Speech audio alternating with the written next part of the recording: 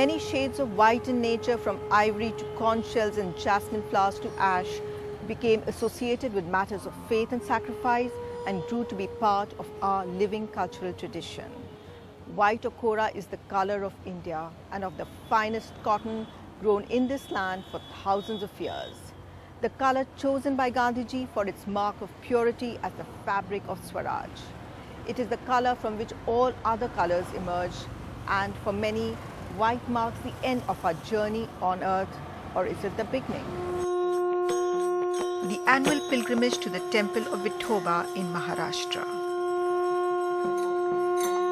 When you go on that yatra, where there are what, 800,000 or 100,000 people, at which you can see at one go, who are all wearing off-white and white. And it is the color of India. A color that softens the cruel summer heat. In any agricultural economy where people have to work in the fields, you reflect light, you do not absorb light. It's not very different from, say, stained glass in the West and the use of sheesh mahals or mirrors, which is much later, in the East. That's the primary reason for the use of white. The poor wore coarse white cloth made from unbleached cotton or kora, which was inexpensive. The rich preferred fine muslins, but it was the light and breezy jamdani, woven in Dhaka in the east, Banaras in the north, and Tanjore and Upara in the south, which possessed the greatest beauty and reminded its lovers of white flowers, running water and moonlight.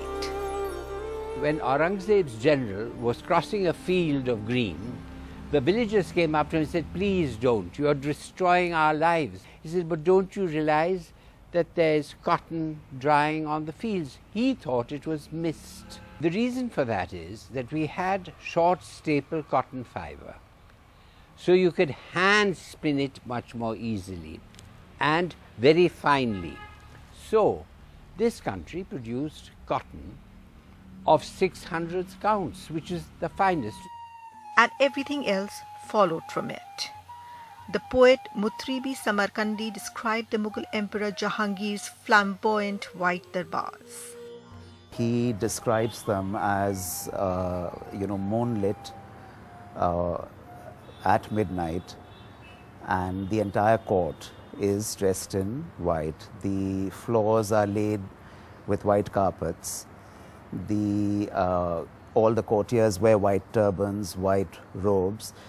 The emperor is dressed in white, and he's seated on a white throne.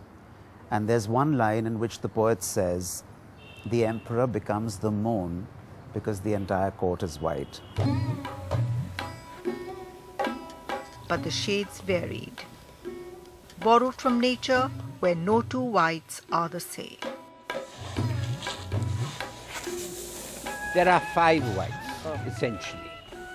The white of the August moon, the white of the conch shell, the white of the clouds when the rain is spent, the white of the surf of the sea, and the white of the jasmine flower. And from these whites emerge a profusion of tones. The dyers, the poets, the Naikas on their own were exploring the different realms of white. Chikankari में कोई अलग चीज़ खोज के निकाली, जामदानी में कोई अलग चीज़ निकाली, मुरमुरे की सफ़ेदी, मखनिया सफ़ेदी, मक्के की सफ़ेदी, वो ये चीज़ें होती थीं और लोगों के पास वो आँखें थी, वो देखना पसंद करते थे और इन तमाम सफ़ेद के अलग अलग रूपों को अपनाना चाहते थे। इसीलिए सफ़ेद ये चीज़ें बनी। अगर वो ना अपनाना चाहते हैं, अगर उन्हें कुछ सरोकार नहीं होता तो ये सफ़ेद के इतने सारे वर्णिका भंग नहीं होते। The jasmine or chameli, of which there are 8 varieties, flowers in the summer, as does the champa, juhi and harsingar. You know, the most beautiful thing about flowers, the use of flowers in India. This Anand Krishna ji told me once. He said, that the women of India wear flowers on the back of their hair so that when they leave their room, they leave their fragrance behind. The white of the flowers of the summer are again cooling. As is white sandalwood paste applied to the forehead and conch shell bangles worn by married women in West Bengal. এটা একটা রত্ন, এটা হাতে পড়লে স্থিরতা হয়ে যায়। যে কোনো মেয়ে ছেলে বিবাহের সময় এটা পরিয়ে দিলে সে স্থিরতা হয়, সেই থেকে এই শাঁখাটা উৎপন্ন হয়। The dupatta, chunri or scarf offers protection from the sun and in a variety of whites. अलईपुरा से मदनपुरा नहीं दूर पिया लावे के जरूर पड़ी ना।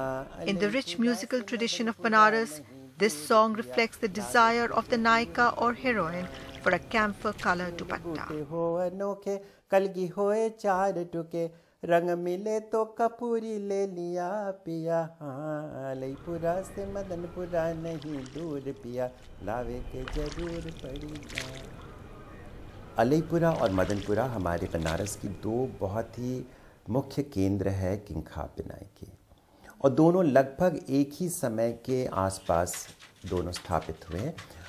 मदनपुरा के जो बुनकर हैं वो दिल्ली से आए, अलईपुरा के बुनकर थे वो भी गुजरात से आए हुए थे, पर कुछ एक कारण ऐसा था कि इनके रस्म व रिवाज कायदे मेल नहीं खाते थे, और इसीलिए एक लंबे समय तक दोनों परिवारों में शादियां भी नहीं हुई, पर फिर शादियां होने लगी।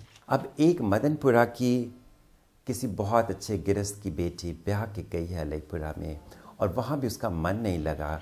सावन आया है और वो अपने प्रीतम से कहती है कि मदनपुरा कोई बहुत दूर तो नहीं है, वहाँ पे जाओ और एक हमारे लिए चुनरी ले आओ, और रंग मिले तो कपूरी ले लिया।